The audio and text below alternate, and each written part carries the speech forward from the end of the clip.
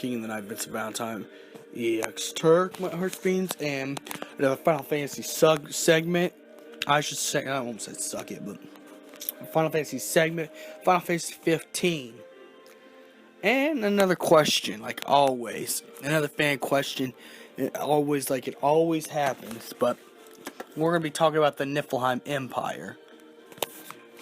And the question is, who would be considered the most infamous member of the Niflehime Empire?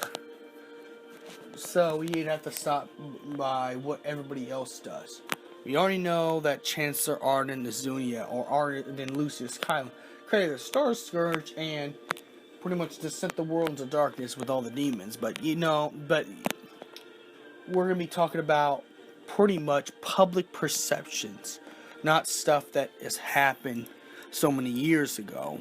Pretty much what the public of the Final Fantasy 15 people think, what people actually saw in the universe. We're going to be taking the actions of what people saw in the universe. And the only crime Ravis Nox Foray has really ever done was join up for the Niflehime Empire. Even though he might have killed a few people and being the top commander, the only thing he's ever done was turn his back on his kingdom by joining the Niflehime Empire, to avenge his mother's death, because he blames King Regis, and Idolus Aldercat, we're gonna have to put him on skip because we don't know very much about Idolus Aldercap, and we're gonna have to estimate, since he was always the emperor of Niflheim, he's always only gave court orders. So he gives court orders. I don't think he's directly killed anybody. He just gives court orders for stuff. But yes, he's still evil, but and turns himself into a demon. But that's not the point.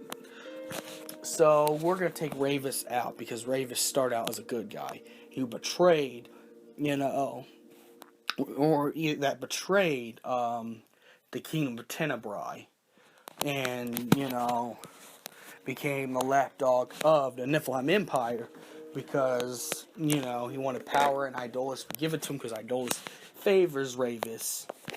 Again, I still happen to think that Idolus is Ravis and Luna Freya's father, but that's just my opinion on that. But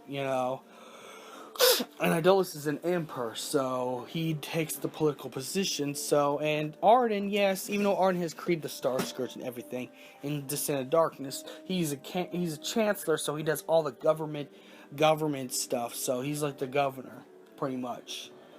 Think of. I'm trying to think what you think.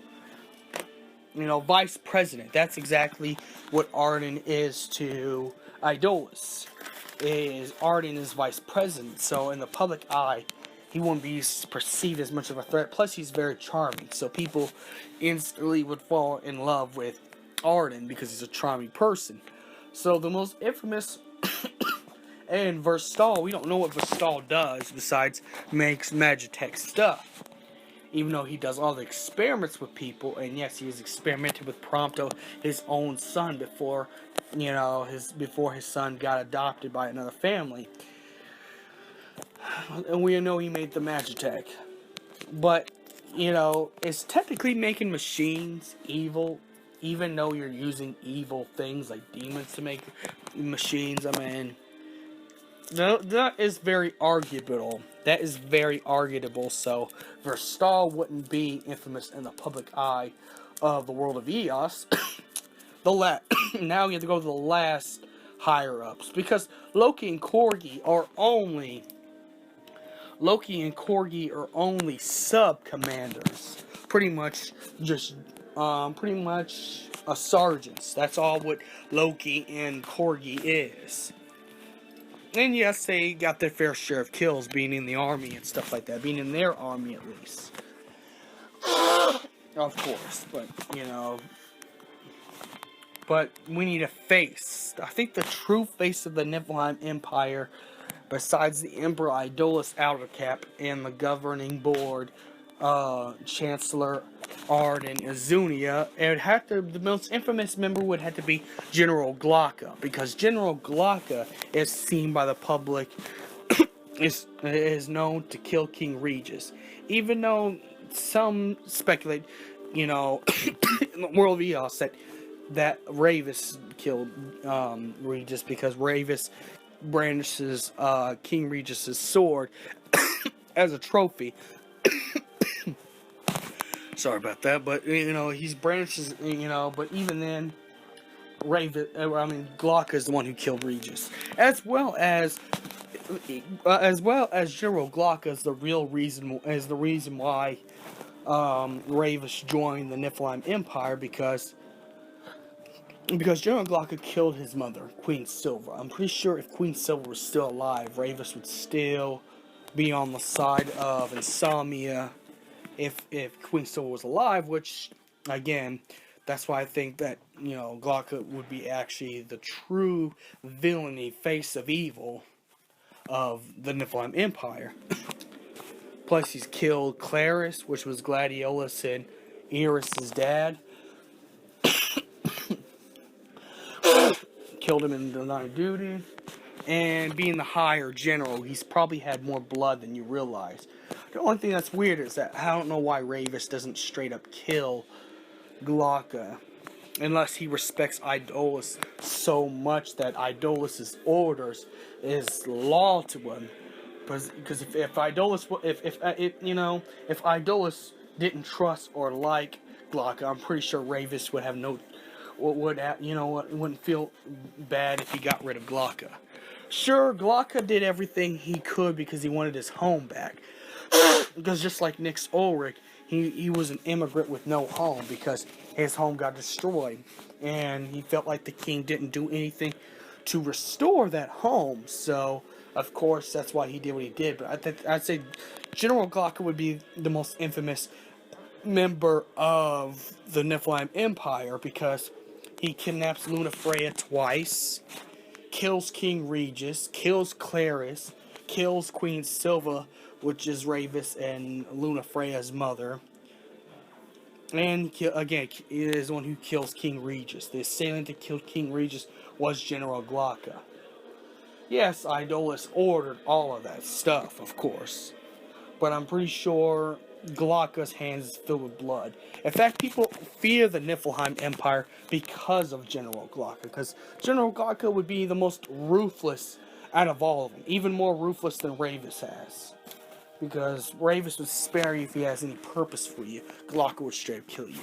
But yes, even though the motives of Gluaca is different, because, again, the road to hell's paved with good intentions. So, even though, yes, Gluaca wanted to have his home back because it was taken from him, and he thought King Regis didn't care, so that's why he did it. But I'd say the most infamous member of the Niflehime Empire would be General Gluaca, on the fact he's done more crimes than even his boss, the Emperor Idolus. Idolus has lived a long time and orchestrated all the chaos, orchestrated the wars, and gained dictatorship.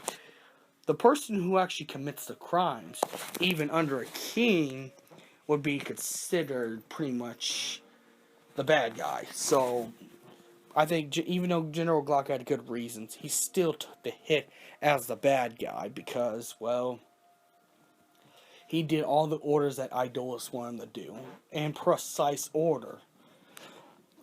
And again, he's captured Lunafreya when Lunafreya was a kid, which they took out in the game, which I don't know why they took out. And Gluaca killed King Regis, and killed Queen Silva, and took out a whole bunch of people, and betrayed Nix Ulrich. Which I'd have to say that's for the public perception. General Gluaca would probably be known as the face of evil. Plus, he looks very intimidating to all the other people. Like Ravis is pretty much intimidating because Ravis scowls, but you don't know what a man's thinking when they're inside of armor 24/7. You don't know what they're feeling or what they like. Even with Idolus being evil as he is, you could see Idolus's facial expressions, and you can understand what he's thinking, but just facial expressions. You can't really see facial expressions on a man encased in armor, so that's why General Gluaca would be considered the most infamous in the public eye.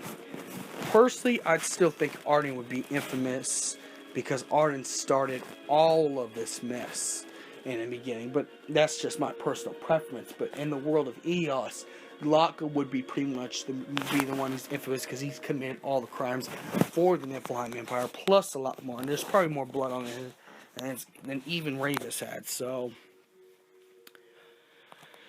and if it wasn't for Gluaca, Diamond Weapon wouldn't have destroyed the city, and because of what Gluaca did when he attacked the city, yeah, sure, a lot of people were able to escape out of Insomnia and go to Altissia, but the civilians that were trapped in Insomnia got killed by Diamond Weapon, thus, thanks to General Gluaca as well, because General Gluaca has had that plan to get the Diamond Weapon out there to attack.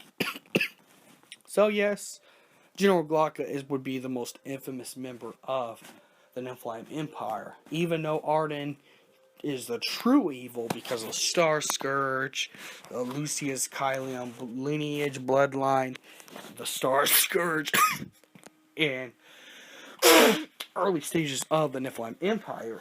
In the world of Eos, it'd be played differently because people saw General Gluaca do things.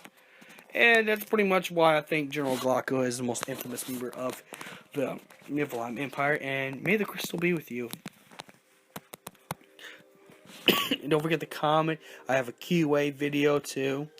So don't forget to go on my QA video coming up. And comment on that video because that's going to be added to the keyway video. Thank you again.